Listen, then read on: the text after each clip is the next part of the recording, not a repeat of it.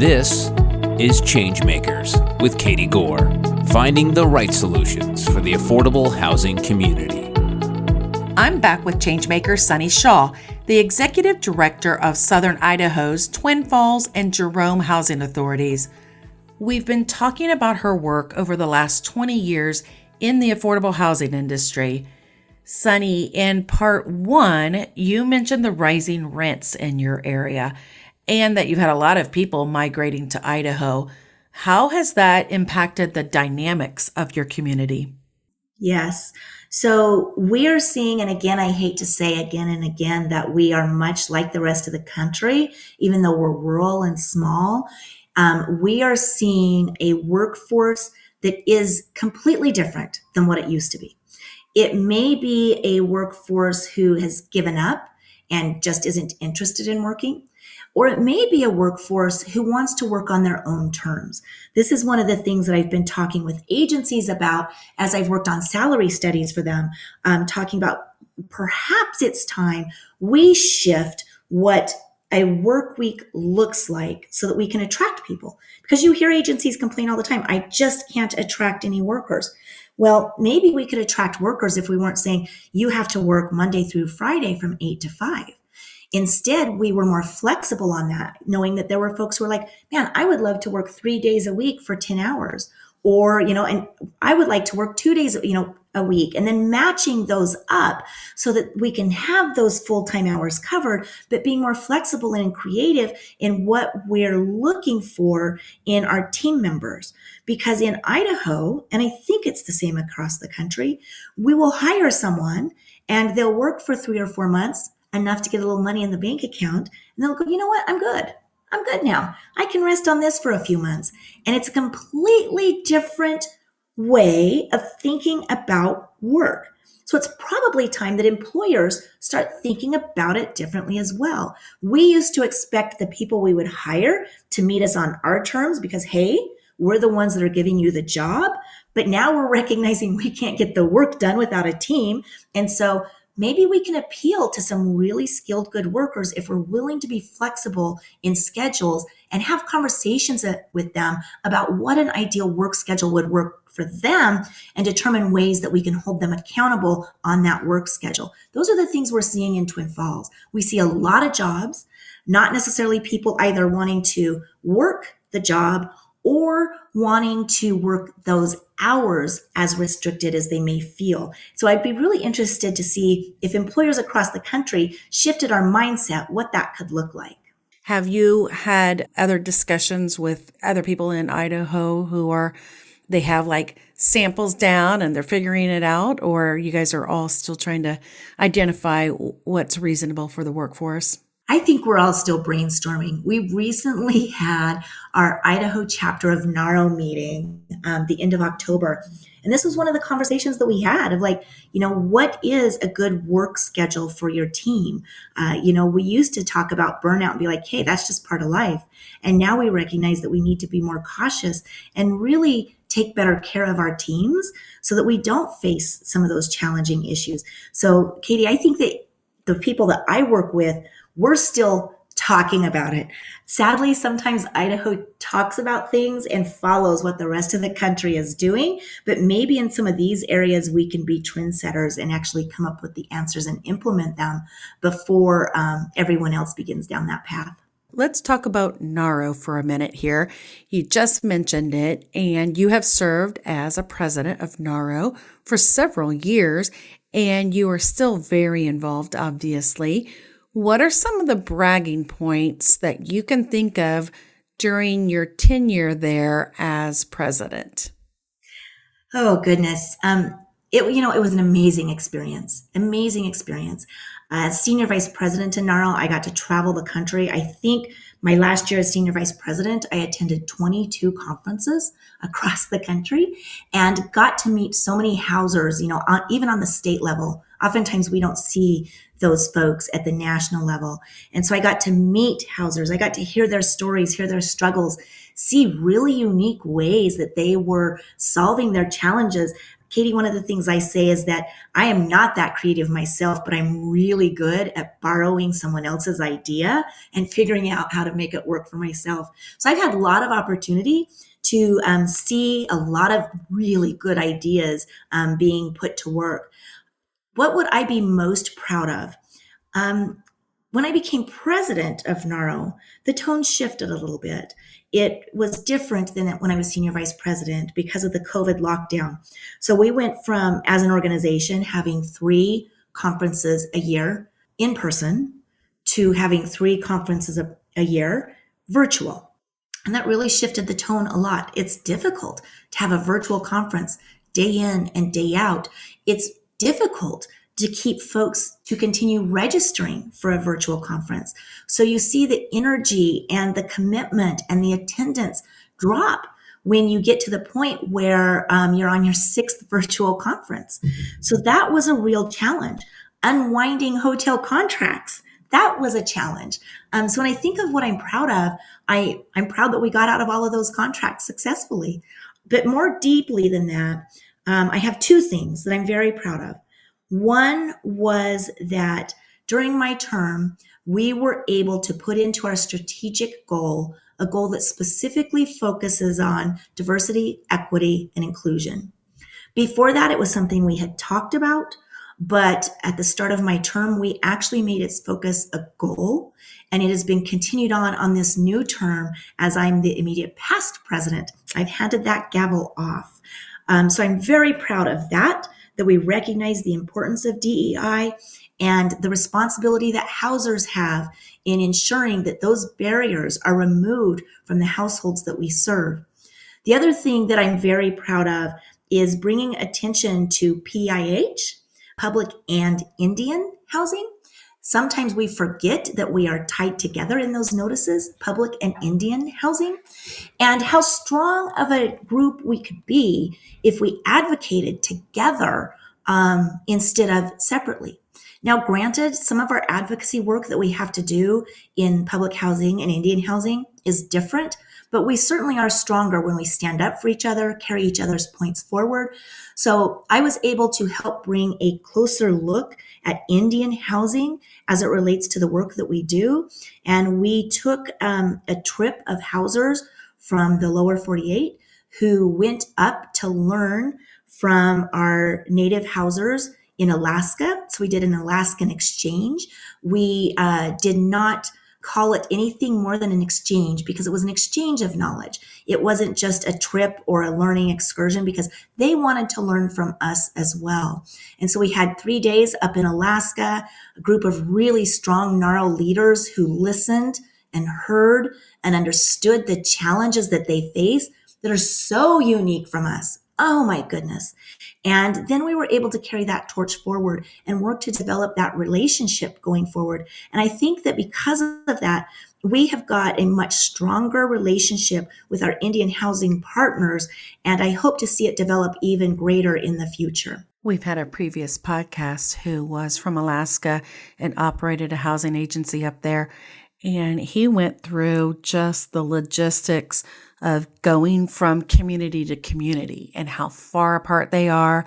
He also talked about the price of materials, just even for preventative maintenance and how much that cost. And then also for new builds, the sustainability and climate issues that they're dealing with. So it was unique of how innovative they are and some of their building practices that the lower 48's really not even incorporating and not even, they don't even have it on their radar as far as putting in some of that criteria.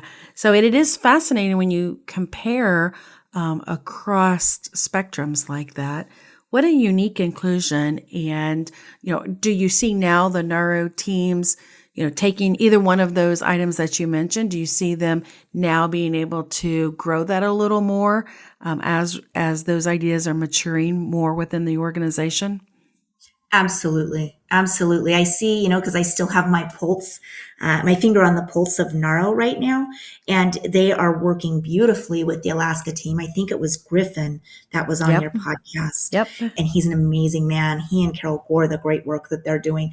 I know that NAHRO is still regularly working with that team in Alaska. We have them come in and speak at our conferences now so we can learn from them and start utilizing what they've learned as we talk about sustainability and how critical that is. Because I think that what happens in Alaska is going to be what we see happening down here in unique ways as well. And then with DEI, that work is absolutely going forward. NAHRO is working to ensure that each of their trainings has DEI issues and topics thread through them so that even no matter what training you're taking, you are engaging in conversations about diversity, equity, and inclusion to help each of us understand better the impact that we're having in setting up barriers for households and how we can change that. So I know that NAHRO is carrying that work forward, and I'm incredibly proud of that. I'm so excited that I was able to be a part of that. And I think, again, I just borrowed ideas from other people, but those were two issues that I really wanted to see us move forward. Well, you mentioned obstacles, like, what obstacles or barriers we're putting in for participants. And then, we've carried that over into organizational design as well. But, you look at an industry who pretty much used to require everybody to come in and sign paperwork in person from standard hours. And then when the pandemic hit, everybody was trying to figure out ways how to make it more user friendly and remote and uploads and e-sign and all of these things, which, if you just take the paperwork aspect of it, the bureaucratic compliance pieces of it, and you say, well, why didn't we do that before? Because then our working families or our families with children who, can't bring them into the office. It's like, why did we used to require them to all come in and sign in person through very restrictive hours? Why did it take a pandemic for that one simple piece of the paperwork process to be completely retooled? This shouldn't have taken the industry that long. It's crazy how long it took the industry, because you think about that, exactly what you said. We have a working family that is working the same hours we're working, but yet we want them to be flexible and comply to our hours. That's just ridiculous. That's just ridiculous. And so removing some of those barriers to housing and some of those administrative burdens for our families, I see that as a very welcome change. And I think it's going to be hugely beneficial to the families we serve and that we hope to serve. I want to transition here to a different kind of question. And earlier in the beginning of the podcast, we talked about your passion for people and your compassion and really how your personal life changes who you are. I mean, that goes to say for everybody, but really in the industry that you're in, it's so unique. One of the other things that you do, you're a certified professional career coach. So I want to pick your brain for a minute here on that aspect of who you are and ask you, are there things that housing authority leaders or people in the affordable housing industry, are there things that we're missing when it comes to how we're thinking of our employees or their careers or even participants within our program? Absolutely. I do think there's something that we're missing. One of my, mantras is, I am my brother's keeper. And it doesn't matter if it's somebody who works for me, if it's a resident, if it's someone on the street that I've never met. And I think that what we miss is our responsibility to bring others with us, our responsibility to develop people whom we come in contact with or whom we have association with to their fullest potential. We look at, in general, employees that we hire as check the boxes of your job and you get satisfactory on your evaluation. Good job, you will meet again in a year. And we are forgetting the development piece. And I also think that that's one of the reasons why people leave jobs, is because they want to see an opportunity for leadership and growth development. They need leaders who take an interest in them. Now, I understand if you are an executive director and you have 350 employees, you can't do that for everyone, but you can model that. You can model that for the individuals who are directly under you, and then work to make sure that that is still continuing to flow downhill. I am incredibly loyal to the employers I have had who have mentored me and coached me, and our residents need the same thing. Sometimes they didn't get that mentoring or coaching at home. And so by the very fact that they are housed with us, we have opportunity to mentor and coach them. So I do think that if I said, what are employers missing? It's not necessarily on the hiring end. It's on the retention end. People want to feel like they matter. They want to feel like their employer has an interest in their development. I do everything I can to try to develop my team. And people say, well, aren't you afraid they're going to leave? And I say, well, they might. They might. And if they do, I hope it's for something better than what I have to offer. And I'm going to be incredibly proud of them for that. And ideally, they'll leave me to be work at another partnership in the community. And so what a beautiful mix. Now someone that I was able to help grow up in the industry is maybe helping to lead another organization. And I think that's the thing that employers are missing or housers are missing is our deep responsibility to bring others with us. Not just to sit on the throne by ourselves, but to make sure there's plenty of chairs at the table and bring others with us.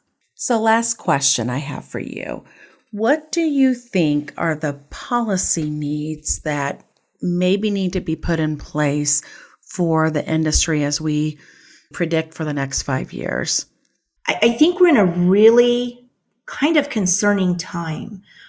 Because of the pandemic, HUD kind of let things be status quo, which we all appreciated. They were like, hey, do this. You've got this waiver. Just, do good work.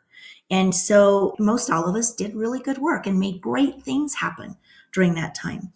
But I think now they're recognizing, oh my goodness, we didn't put a lot of stuff out for 2 years. And now let's do that in the next 6 months to a year. And I think that that's the biggest thing that is facing housing authorities right now as a challenge regarding policy, because there's so many new policies coming out at one time.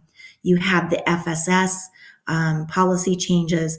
We have the talk of a new ACC that's going to be coming out, new Section 3 policies that are having to be adhered to. So it's not just the policies that are currently in existence. I'm really concerned about so many old policies being recreated and reshaped and new policies being added in such a short period of time. Small agencies especially don't have departments to worry about that. Their executive director is the person who is their Section 3 person. They are the procurement person. They oversee, their REAC inspections that are now going to be Inspire. And so my concern about policy is how many are being rolled out and expected to be implemented in this next year. Now, some other policies that I think are burdensome. I certainly understand why they were created, but I think they're incredibly burdensome. And, they're working on phasing some of them out, but that's the earned income disregard. That was incredibly burdensome, and it needed to go away. Student rule. I understand why it was created, but oh my goodness, that's a policy that is incredibly burdensome for catching what? 1% of the people who are going to apply for our program. So there's those really technical policies that I'm like, I just question why we have to have them. And I also question why we're gearing up for so much fast change on the horizon that some housing authorities aren't even paying attention to. And you're having this happen at the same time where there are new vouchers historically hitting the streets, but yet not being able to find units to utilize them. So you have kind of like this left hand, this policy refresh, renew going on, revamp, and yet all the emphasis that should be happening on leasing, partnering with landlords, all of that. Both of these things are happening at the same time, which is really unusual for this industry. It's really difficult, especially because, those FMRs are always 2 years old. We know that for a fact. And so we can set it within, 120% of FMR. We should be able to set those rent rates at what we deem is comparable in our own communities. I think that would help us be more successful in getting those new vouchers out. Landlords right now don't have to accept a voucher, and they don't have to reduce their rent that much. They can rent it without the voucher. So I think that if they could allow agencies to use comparables from their own community to determine a rent rate, that would help some of those vouchers to be utilized. We have talked about a lot of things, and I appreciate your time. Is there anything else you want to add before we wrap up? Katie, I just wanted to share with you that I think that you're an incredible industry leader as well. So for each of us that get to be on this podcast, it's a true honor. We appreciate the work that you do to continue doing, of making sure that affordable housing is moving forward and thinking about policy and all of the things that you have to worry about. So thank you for that. And to all of the housers that may be listening, for those who get yelled at on the regular, I say thank you to you. Thank you for your hard work, and thank you for making sure that all of those kiddos have roofs over their head tonight. Thanks for listening to Changemakers with Katie Gore. To find out more about Katie, go to quadel.com. That's QUADEL.com. This has been a production of Forbes Books Radio.